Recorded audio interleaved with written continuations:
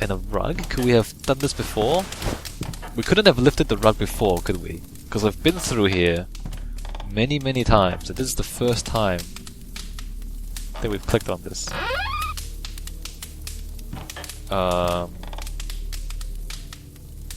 Why is that useful? Why is that useful? I don't know. I don't know why that's useful. Okay. So now we go back downstairs. Now we go back downstairs. Alright. We're close to the end. We're close to the end of the game. Actually, we've gotten quite close to the end the last time we played too. We were missing a few items, which it would have taken us a long time to find them. And there were a few more strange puzzles. Really obtuse puzzles that made no sense, really. We could have... So if you knew how to solve the game, it wouldn't have taken very long for us to finish it. But...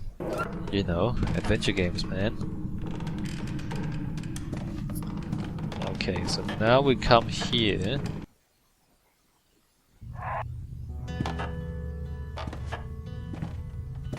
And we have to wear the Mask of Truth. We saw this last time too, but we weren't ready for this because we didn't have the right items. I should save the game. Okay, there it is.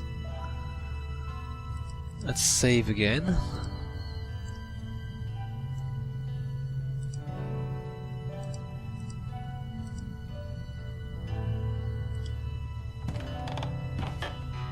Stonehead.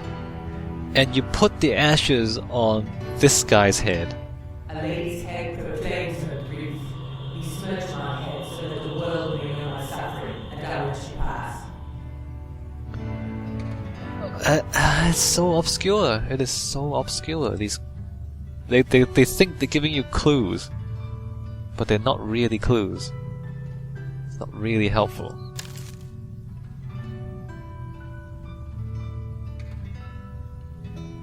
And hey, I besmirched you.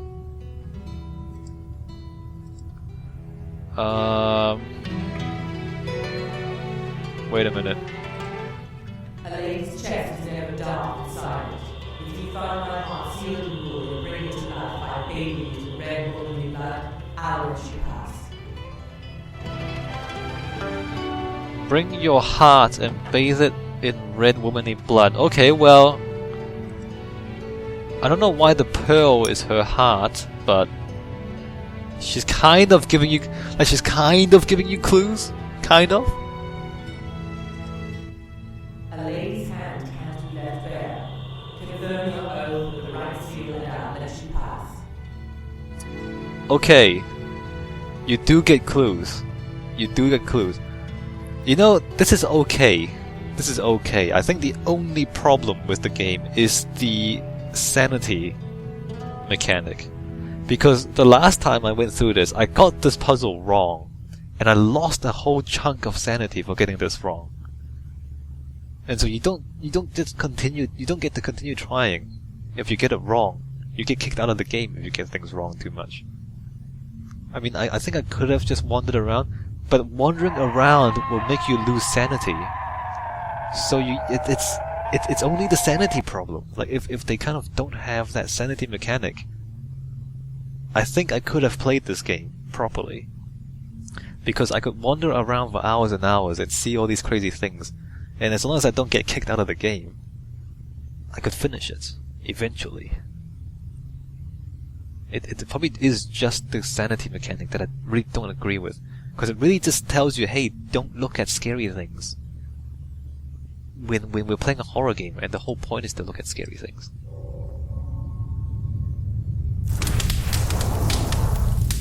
Am I on fire again? Oh, okay, that's not...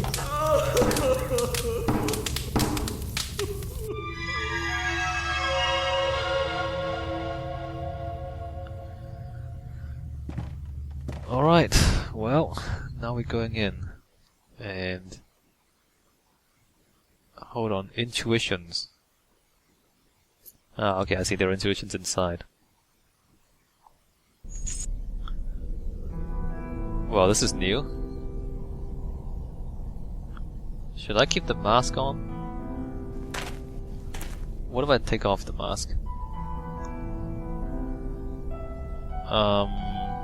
According to the walkthrough, I'll need the Mask of Truth for something. Oh crap, there she is again. Let's ignore her, because she's pretty much the biggest problem with the whole game. The fact that if you look at her too much, you lose sanity! God damn it. Legends. Alright, let's read that. Yeah, that's the biggest problem with the whole game. You just lose sanity with every time you see her. Elders say that the stranger had gone to the river seeking inspiration for the statue that he had been entrusted to do by the lords of the valley as gift for the church, a penitent Mary Magdalene. The fishwives saw him perched upon a boulder beside them, drawing and sketching feverishly. He went on until he was tired, and then walked towards the woods. He walked for a long time, whilst the fear grew inside him of not being able to capture the subject, and to be defeated by the white marble slab, challenging him in his workshop. As he was thus consumed, he caught with the corner of his eye a flash of light. He turned and saw a young maiden running away amidst the trees. She was so graceful and nimble that he could not reach her, but he followed her until he lost her in the vicinities of the sawmill. There he told the woodcutters of his fleeting meeting, but they were unable to tell him who the young maiden he described was. They were struck, however, by his convulsive excitement, and one of them insisted on taking him home, telling the others, I have a niggling he has just found the witch Anna. Afterwards, the woodcutter recounted that as soon as the stranger saw the slab of marble awaiting him in his workshop, he threw himself upon it and shouted, There you are imprisoned here, and he immediately began to work on it. The woodcutter left and returned to his abode. He did not say anything to his wife, but the following morning he met the doctor and advised him to visit the stranger, who he felt had been the victim of sunstroke while in the woods. He did not tell him about witches. When the good doctor arrived to the sculptor's house, he found the door open and the young man working on a already well-hewn statue. The young man was covered in perspiration and had a fanatical gaze. The doctor greeted him, but he did not reply. He therefore asked him about the statue he was working on, and he replied that he needed to finish it to be able to see her again. The doctor did not understand, but he advised him to eat and rest, and the sculptor told him that he would after he finished. The words of the young man struck the good doctor, who returned to visit him the same evening. He found him still at work. He managed to make him drink, but only by forcing a flask between his teeth as he worked. The next day the doctor returned accompanied by two big men, who dragged the sculptor away from the statue and forced him to eat and drink. The third day the doors and windows were barred. The sound of the chisel filled the silence of the night on into the fourth day. The doctor asked the priest and the local lord to intervene, but nothing could succeed in opening the doors of that house. When the sound of the chisel stopped, but not the work, putting his ear next to the wooden door, the doctor could hear the stranger talk in his language as he smoothed the marble. The tone of voice was gentle, and it sounded as if he were talking to a beloved one. The doctor passed every night to check and left flasks of water near the door. When he saw that for the second time they had been left untouched, he called a pair of woodcutters, and with them he asked to open the door. Unfortunately, when they entered, they found a young man dead of starvation at the statue's feet. The statue depicted a woman in prayer, covered only by a linen cloth, bound under her bosom with a rope. Wait a minute. A linen cloth bound under her bosom with a rope. She was beautiful, and the nobleman who had commissioned it was enchanted, but because of the tragedy accompanying its origin, he never placed it in the main church. Alright, so there's one intuition, the sculptor's tale, maple leaves. I don't need another one. Altar? Rejoice with us, mother of all things and graceful maiden. Show us your face, comfort us with our in our pain, honored by thy name always. Maybe the single prayer is enough. Isn't enough. We're not done yet. Offering bowl. Looks like an offering bowl. Maple leaves inside. Well, let's put a maple leaf in the bowl.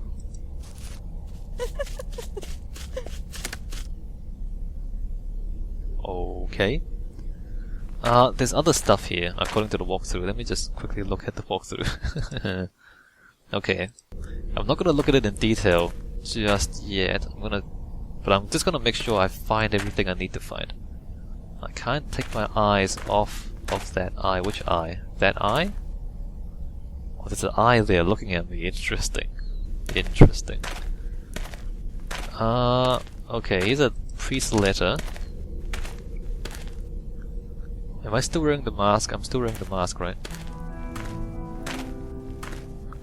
Priest letter and lever.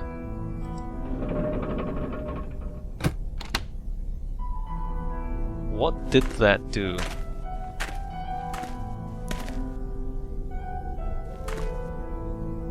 What did that do?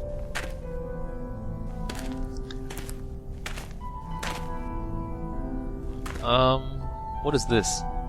Oh, okay, I can take that. What is that thing? A growler? Was it ever filled with some coffee? Maybe with a chocolate cake baked in the valley. What? Alright, let's read the priest's letter.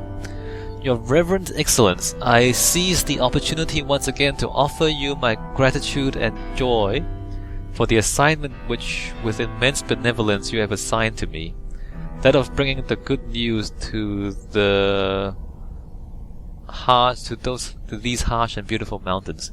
Coming unfortunately to less joyous matters, the intent of my letter is to inform you of strange happenings which have occurred within the walls of the church in my charge, all connected to the presence within one of the lateral altars of an excellently made marble statue depicting Saint Mary Magdalene in prayer. First of all, as soon as I settled in this parish, I was informed of the arduous execution of the work which ended with its sculptor's death. I later noticed the strange devotion to the saint by some parish youths, all of them males. In fact, besides the usual lighting of candles and flower offerings, they placed upon the altar gifts worthy of a pagan goddess, such as milk, honey, and small fat bread, with the drawing of an ear of wheat. But the legends and the popular naivety did not shock me until I assisted in the break-up of an engagement because of the statue. A young shepherd who was going to wed but lacked every sacrament came to me asking which steps he had to take to be able to unite with his promised one. But as soon as he took first glimpse of the statue, he was overcome by such amorous devotion towards it that he stopped visiting his promised bride. Ha ha! The young man's folly brought to fiery fights with his promised one at the end of Mass one day, when he tried to forcefully take back his engagement gift, a bonnet embroidered in gold filigree, as is usually worn in these mountains, in order to give it to the statue. This disagreeable fight took place in the church, a few steps removed from the altar of discord, and it was my task to separate the two and try to conciliate them again. Nothing succeeded in softening the boy's heart. He kept insisting that his promised one was not worthy of his heart, which was now fully devoted to the saint, of whom, moreover, he incorrectly named. His passion for the statue grew to the point that he spent his days praying in front of her, so much that I had to shoo him away, and one night I was disturbed from my bed by a strange noise coming from the church. What, was he fapping in front of the statue? Strange noise? Where I found him embracing the statue as he wept. I remained hidden in the shadows to observe his movements, trying to find the right words to help him return to himself. However, I fell asleep, and when I awoke the next morning he was no longer near the statue. Sometime afterwards, some woodcutters told me they had seen him walk away into the woods. As of today, it has been 2 weeks since anyone had heard from him, and with the cold of these past nights, no one believes he will be found alive if he had truly been hiding in the woods. It is therefore with my heart full of sorrow that I turn to your excellence for counsel. Okay, I think that's all the things we need to pick up here. Priest's letter. Wait, no. Intuition. Maple leaves? Do I have the maple leaves intuition? I do have the maple leaves intuition. Okay, so that's fine. Let me just double check with the walkthrough. Right side of the alcove. Equip with the vines. Take the grotto. Oh, I see. Okay. So we need the face of truth to get the Growler. That's fine.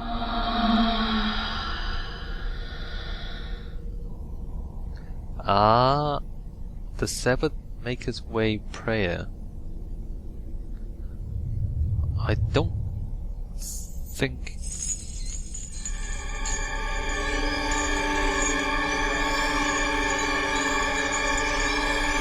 I don't think I was meant to do that.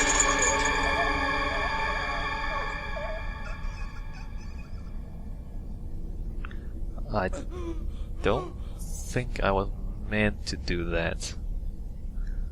But apparently, no sanity loss. No sanity loss. Okay, well, we're fine.